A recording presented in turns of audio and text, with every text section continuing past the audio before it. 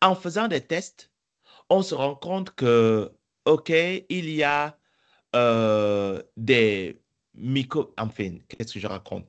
Des antimicrobiens. Euh, S- euh, SQ109, PBT Z169. Je vais peut-être m'arrêter à ces deux.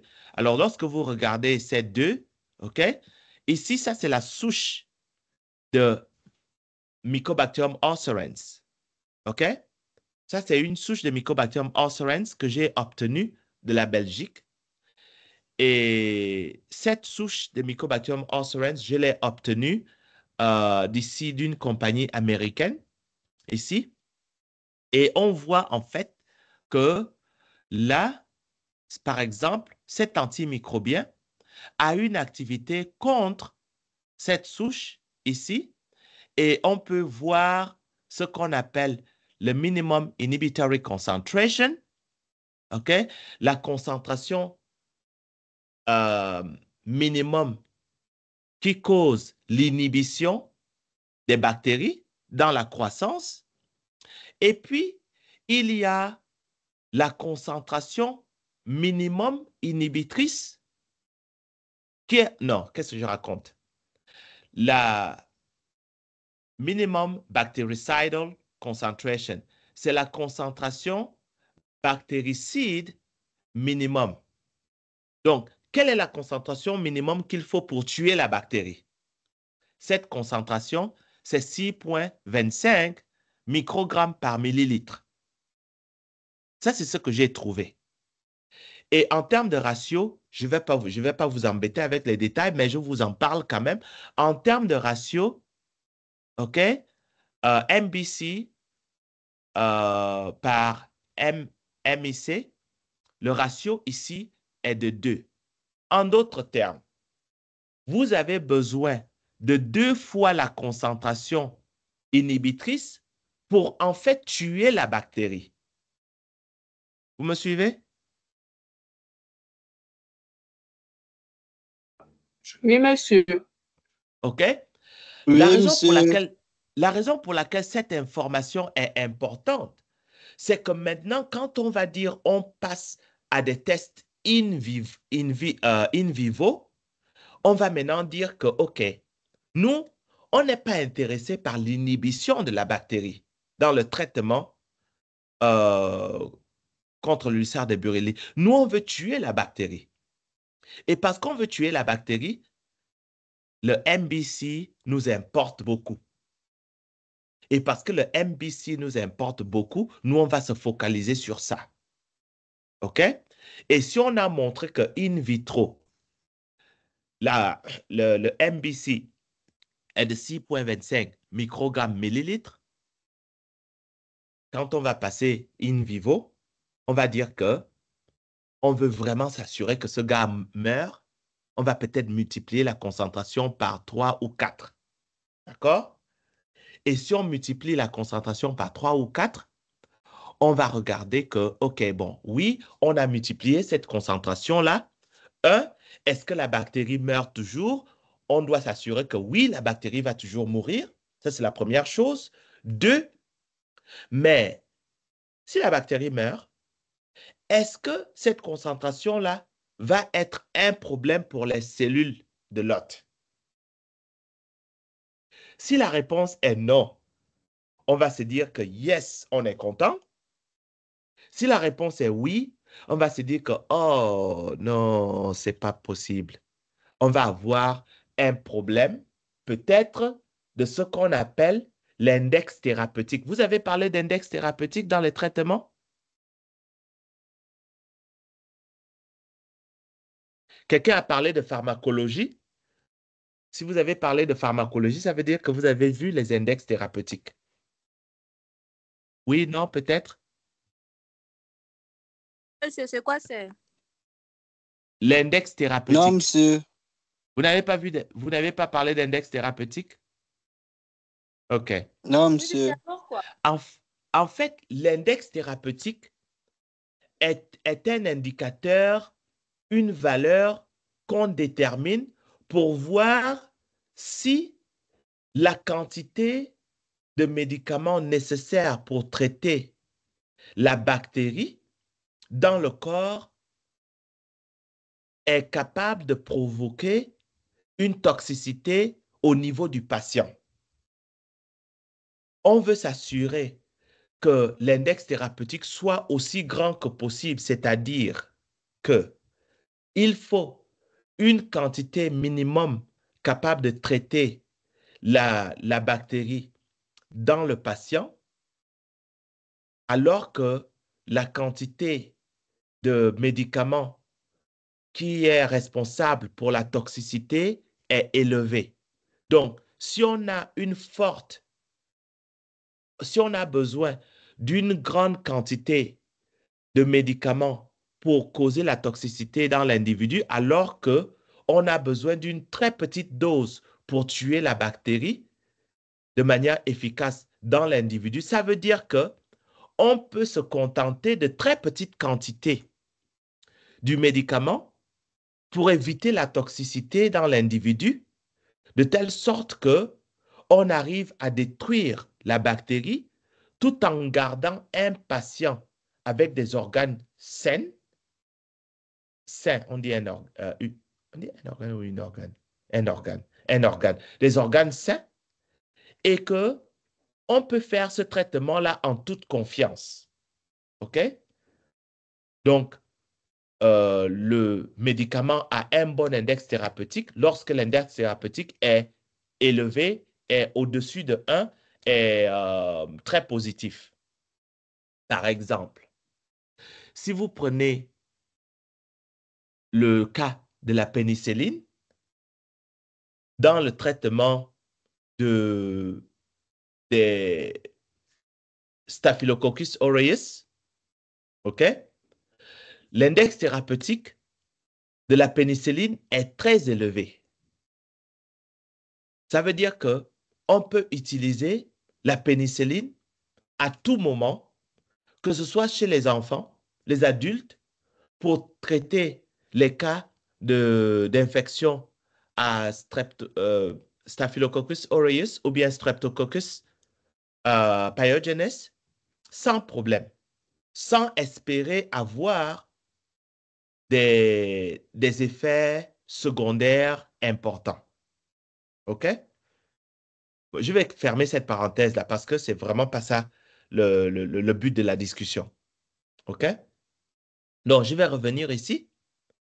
Donc, on voit qu'il y a certains médicaments ici, SQ109, PBTZ 169, BTZ 043, Sutézolide. Et vous voyez, ces médicaments-là sont ceux qui n'ont jamais été utilisés contre l'ulcère de Bureli et qui donnent quand même des chiffres qui sont intéressants pour le traitement contre l'ulcère de Bureli. OK? Donc, vous voyez ici, là, je vous montre en fait, là, un cas de combinaison. Et dans ce cas de combinaison-là, nous avons deux médicaments.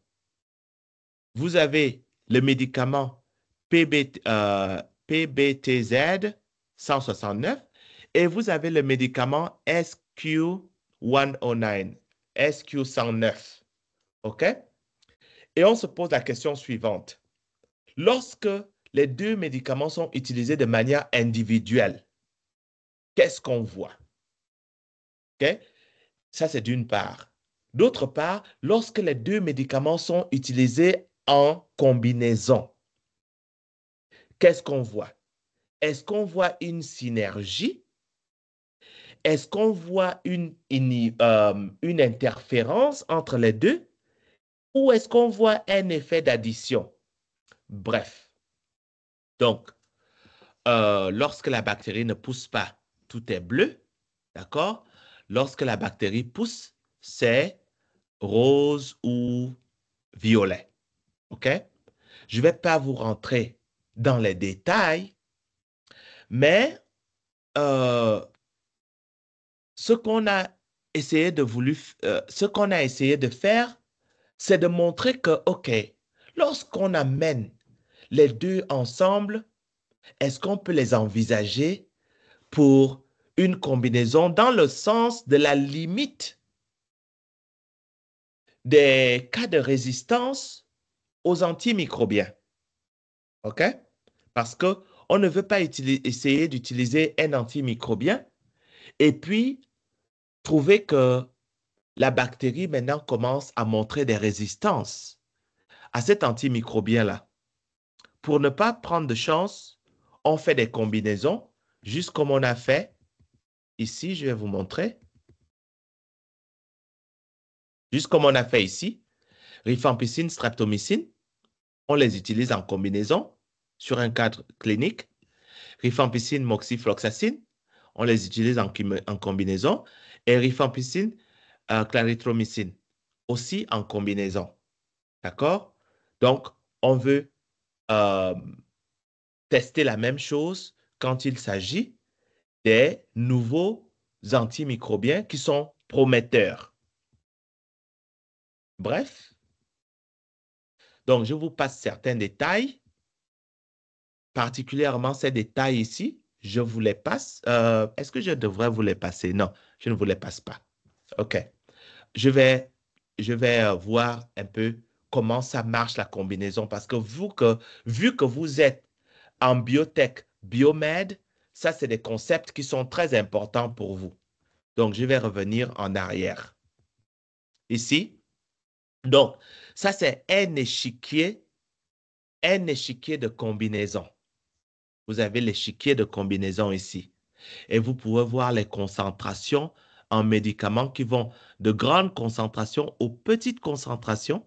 Ici, pour le médicament qu'on va appeler médicament 1, et puis le médicament 2, on va également avoir des concentrations qui vont des grandes concentrations ici aux faibles concentrations ici. OK? Suivez attentivement et vous avez cet échiquier euh, de, de combinaison. OK? Et à la fin, ce qu'on obtient, c'est ce qu'on appelle un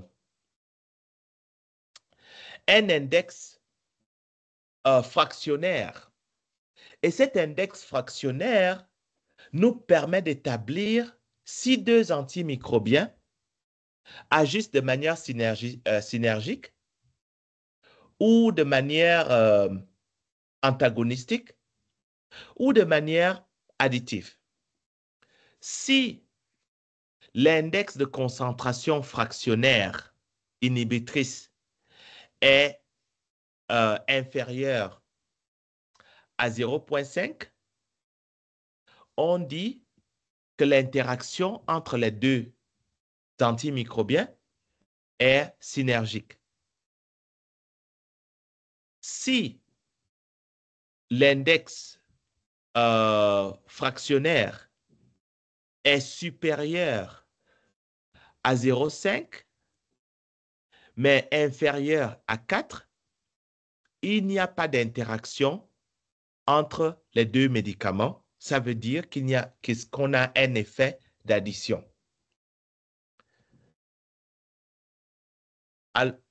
Et finalement, si l'index de concentration fractionnaire inhibitrice est supérieur à 4, nous sommes dans le cadre d'une interaction antagonistique. OK? Est-ce que vous me suivez?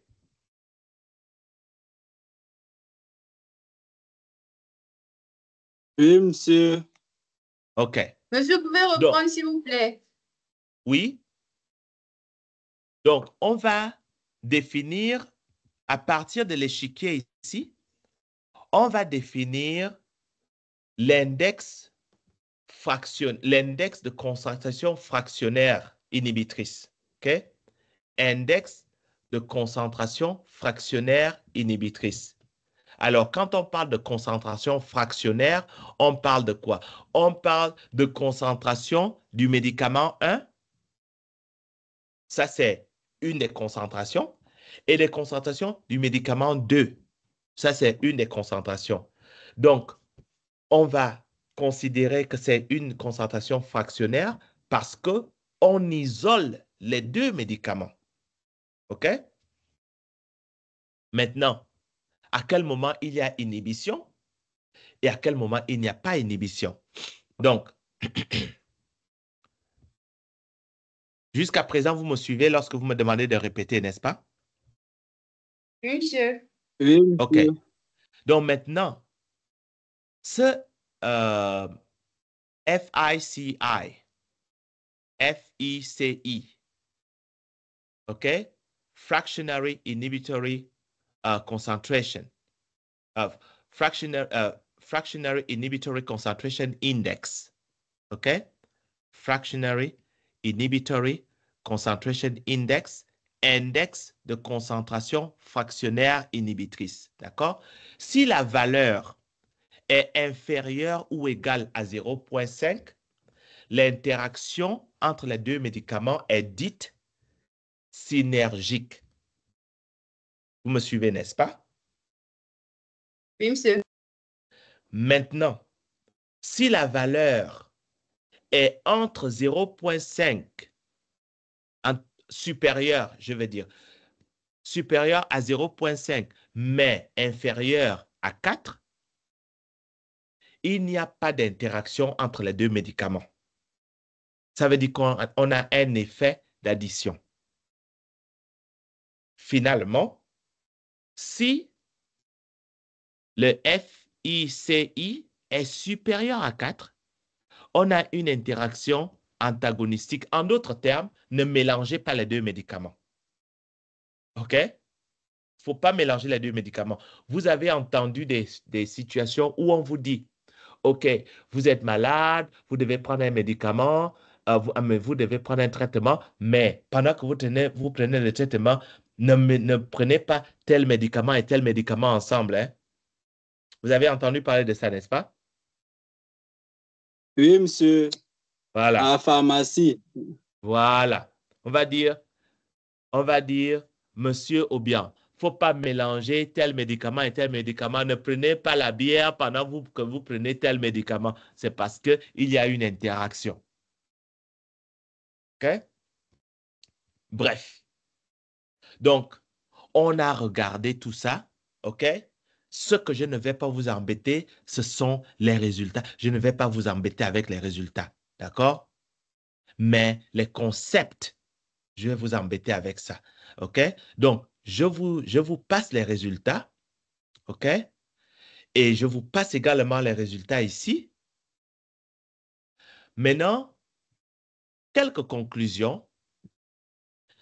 Après avoir fait ce travail in vitro, on remarque que les MIC, donc les concentrations inhibitrices des antimicrobiens, OK? Qu'il y a certains antimicrobiens qui n'ont jamais été utilisés contre Mycobacterium ulcerans, mais qui montrent une activité intéressante contre les mycobactéries en laboratoire. D'une part, que d'autre part, cette activité anti-Mycobacterium ulcerans en laboratoire est très similaire à ce qu'on observe dans le traitement contre la tuberculose. Ce qui est vraiment très intéressant, OK? Parce que là, on va avec confiance que si on décide de traiter, par exemple, d'utiliser la cytosolide dans le traitement contre l'ulcère de Bureli, on a de bonnes raisons scientifiques pour décider d'utiliser ces antimicrobiens. Vous me suivez? Tant que vous n'avez pas une bonne raison scientifique, ce n'est pas intelligent d'essayer de le faire. Parce que qui va vous donner l'argent pour le faire? OK? Et maintenant, on voit que certains antimicrobiens, y compris celui-ci, je vais vous épargner le nom, SQ109 et les cytosolides sont très intéressant contre Mycobacterium ulcerans. Et ça, c'est un sujet de recherche. Si vous voulez faire votre recherche aujourd'hui sur l'ulcère de Burley, vous pouvez vous dire, moi, je vais regarder l'activité des sutézolides, l'activité de SQ109 et l'activité de 8-nitrobenzothiazone sur Mycobacterium ulcerans. Pourquoi? Parce que j'ai envie de développer un nouveau traitement contre l'ulcère de Burley. OK? Je veux aller de la théorie à la pratique. Parce que oui, sur un plan théorique, on peut envisager que c'est possible. Mais sur un plan pratique, est-ce qu'on peut démontrer que c'est possible? D'accord? Et donc, il y a quelques combinaisons qui ont montré certains effets additifs, OK? Mais ça, ce sont juste de vous à moi des résultats préliminaires que j'espère que les étudiants en master, en thèse, vont décider que, monsieur, nous, on a vu telle ou telle chose que vous avez fait, vous avez commencé, mais nous, on est jeunes, on a l'énergie, on a l'intelligence et on a la force. Nous, on veut continuer le projet. OK? Eh bien, il y a des antimicrobiens qui sont prometteurs dans le cadre du traitement contre l'ulcère de Burley. Et donc, voilà, ça c'est pour le traitement. Mais il y a certains aspects. Vous avez le traitement de la bactérie. Vous devez tuer la bactérie, OK? Mais la plaie elle-même, qu'est-ce que vous allez faire de la plaie après avoir tué la bactérie? Pensez un peu à certaines photos que je vous ai montrées avant. OK? Alors, aujourd'hui, il existe des médicaments qui contiennent des facteurs de croissance. Et ces facteurs de croissance sont développés et mis dans une crème, comme vous pouvez le voir ici. Regranex est une crème qui contient des facteurs de croissance. Et ces facteurs de croissance-là, on les produit grâce aux approches biotechnologiques en faisant des clonages, de la purification de protéines et en mélangeant ces protéines-là avec des crèmes. OK? Donc, comment est-ce qu'on fait pour réparer les tissus? Il faut vasculariser les tissus. Mais à Lambaréné, à l'hôpital Schweitzer, à l'hôpital, comment on appelle, au centre hospitalier universitaire de Lambaréné, est-ce qu'on a ce concept de l'utilisation des facteurs angiogéniques pour pouvoir réparer la peau? Parce que oui, vous allez combattre la bactérie, mais qu'est-ce qu'il en est de la peau? OK? Donc là, je vous donne des éléments de réflexion pour pouvoir, en fait, utiliser la biotechnologie et la biomédicale pour tacler les vrais problèmes du pays. OK? Donc, vous avez trois facteurs dont je vais vous parler. Vous avez les platelet-derived growth factors, PDGFs. Vous avez les vascular endothelial growth factors, VEGFs. Et vous avez les fibroblast growth factors, FGFs. OK? Ces trois facteurs sont très importants pour la vascularisation des tissus. Il faut savoir que dans le cadre de l'ulcère de Burley, ce qui fait que la peau n'arrive pas à se régénérer au-delà de la présence des mycolactones et des mycobactéries, il y a l'absence de vascularisation de la peau et des tissus. OK? C'est pour ça que vous devez faire la greffe. Bref, alors je vais vous montrer des cas où ces médicaments ont été utilisés. Regardez ici, un cas ici d'ulcère, d'accord? Et une ulcère qui a été réparée grâce à l'utilisation des pommades qui contiennent des facteurs de croissance. Encore une fois, facteurs de croissance que vous pouvez utiliser en utilisant des méthodes biotechnologiques que vous avez déjà appris ou que vous êtes en train d'apprendre ou que vous allez apprendre. OK? Vous avez un autre cas ici, OK, d'une patiente de 21 ans, OK, qui a vu son ulcère réparé grâce aux facteurs de croissance cutanée. OK? Et donc, toute la question est de savoir, vous, qu'est-ce que vous allez faire dans le cadre de la lutte contre l'ulcère de Bureli? Alors, je vais terminer cette présentation en vous présentant quelques étudiants qui ont participé. Jean Wilson Mutambuzi, ça c'est un étudiant en licence. Enfin, à l'époque où j'ai fait ce travail, cet étudiant était en licence et il a fait ce travail dans mon laboratoire. OK? Un autre étudiant, Rebecca Snyder, également étudiant en licence, qui a fait ce travail dans mon laboratoire avec moi. OK?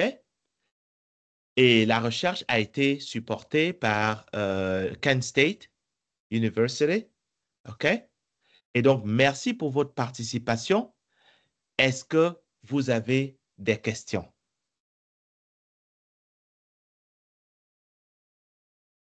Je vais arrêter cette présentation